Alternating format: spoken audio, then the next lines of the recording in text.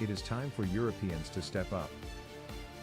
A furious and viable promulgation crusade organized by the Soviets and their kindred voyagers had saturated day-to-day existence across the continent in the mid-1980s, a drumbeat contradicting the positioning of U.S. Pershing mid-range rockets in Europe.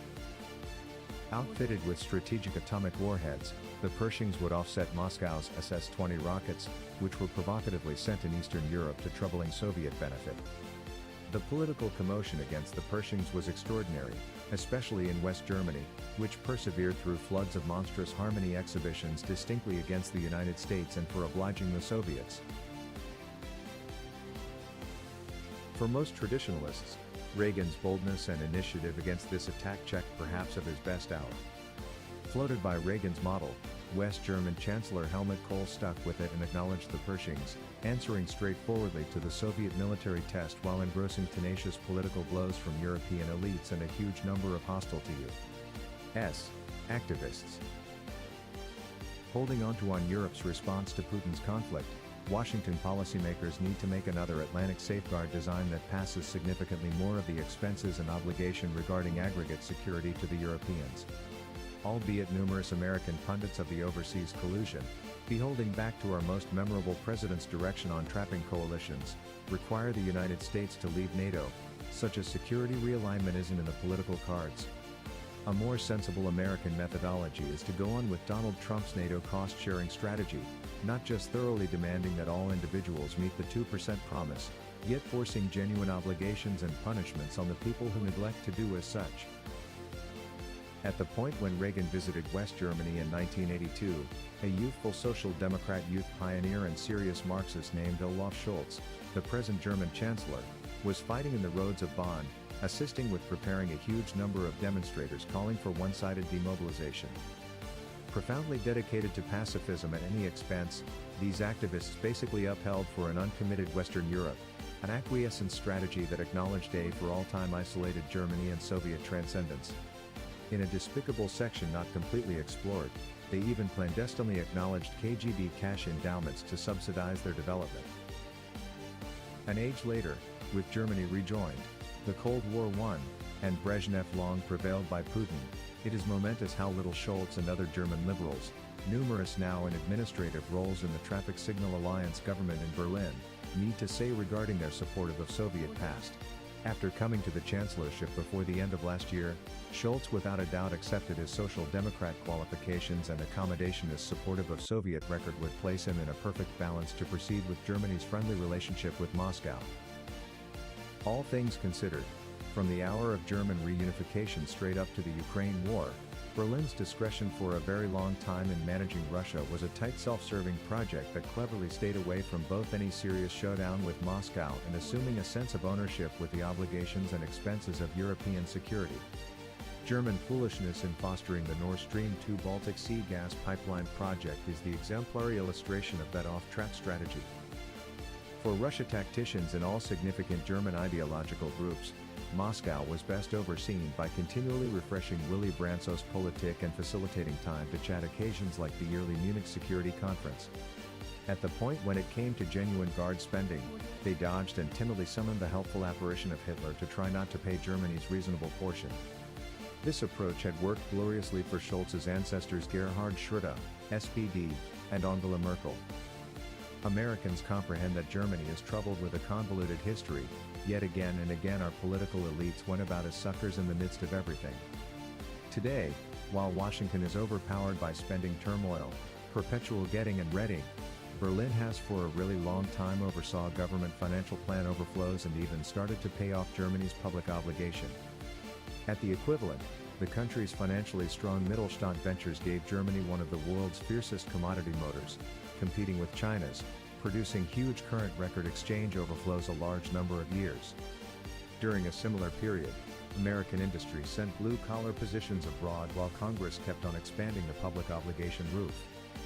Washington's weakness throughout recent a very long time in propelling our public advantages in the At the point when President Trump broke with past U.S.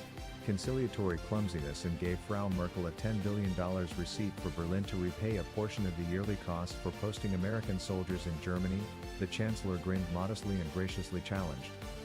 Trump was on the right track to have consistently attacked Berlin's political chiefs for security-free stacking. However, pre-Ukraine war his protests moved away from them as German negotiators deviously demanded that no one in Europe truly needed to see the resurrection of Prussian militarism. Pre-Ukraine, Berlin had no genuine goal of truly spending the swore 2% of GDP on protection, as Merkel and Scholz took no authentic motivation from Helmut Kohl in ascending to meet Germany's security commitments. Yet, the security zeitgeist in Europe is at last evolving. Of the relative multitude of accidental results that Putin achieved with his audacious choice to attack Ukraine, the most important for U.S. public interests is Germany's sudden turnaround on protection spending, presently predominantly upheld by a larger part in the Bundestag that needs to modernize its military and turned into a serious security force in Europe. Finding a political greater part in Germany for such a reversal was basically impossible before the Ukraine intrusion. Presently the Social Democrats, SPD, and Greens, the two players incidentally brimming with peaceful resist are all through the majority, alongside their alliance accomplice the Liberals, FDP, have consented to another exceptional €100 billion asset to rearm the Bundeswehr.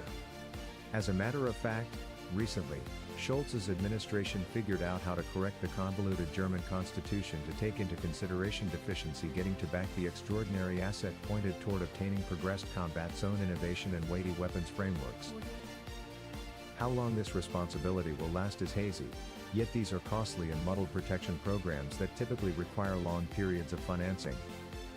With at most just 10 NATO individuals, out of 30, presently meeting the 2% responsibility, and with Finland and Sweden currently applying for participation, the U.S. requirements to change the monetary terms of union interest and section into the agreement on a very basic level. On this, President George Bush and Secretary of State James Baker set fine models after the primary Gulf War, when they constrained hesitant partners who had arranged again to firm Washington to pay a portion of U.S. as a matter of fact. Monetary costs in that contention. In this way, not just Saudi Arabia, $16 billion, and Kuwait, $16 billion, settled up, yet in addition Japan, $10 billion, and even Germany, $6.5 billion, alongside other people who dawdled until American discretion practiced influence. It tends to be finished with the right authority, similarly as Reagan prevailed with Kohl. Over the long haul, U.S. strategy should advance more freedom for Europe's own tactical capacities, for example, supporting, not restricting, French President Emmanuel Macron's drive to start making a European Defence Force or European Armed Force. European homegrown endeavours that foster more local customary military limit will convey the continent toward more aggregate security obligation and less reliance on the United States. In any case, Washington policymakers, including in any event, during the Trump years, censured these endeavors as interruptions that redirected European powers from meeting their 2% NATO promises. This view is foolish, especially starting from the beginning of the Ukraine war, since Europe can do both. Besides, Washington's strategy shouldn't solely get our European partners into a safeguard system that is NATO overwhelmed, endlessly making all their security strategies reliant upon U.S. To encourage the continent's local security limit, an insightful U.S. strategy ought to likewise energize strong European homegrown safeguard ventures, yet typically Washington has done the inverse. At the point when the E.U.'s Defense Agency in Brussels made child strides towards creating more grounded European safeguard ventures, Washington plunged into attempt to wreck the drive. Known as the E.U.'s Permanent Structured Cooperation, PESCO, this dark yet critical military readiness program turned into a U.S. political hobby horse, as the Defense and State Departments campaigned hard to demand that American protection workers for hire, normally definitely further developed than their European cousins, be permitted to contend to win these business projects. U.S. project workers needed to snatch in a rising European guard acquisition and weapons market, as though they didn't as of now have sufficient in adjusting the Pentagon's $800 billion yearly financial plan.